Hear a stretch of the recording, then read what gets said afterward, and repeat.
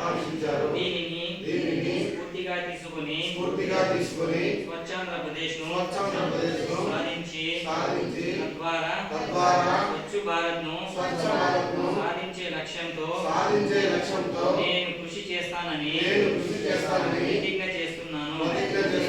నేను పరిశుభ్రంగా ఉండడంతో పాటు పరిసరాల పరిశుభ్రత కోసం కొంత సమయం కేటాయిస్తానని శపథం చేస్తున్నాను. ఈ సంవత్సరంలో 100 గంటలు మరియు ప్రతి వారానికి 2 గంటల శ్రమదానం చేసి పరిశుభ్ర ఆంధ్రప్రదేశ్ సాధించే సంకల్పానికి కట్టుబడి ఉంటాను. ఈ రోజు పరిశుభ్రత గురించి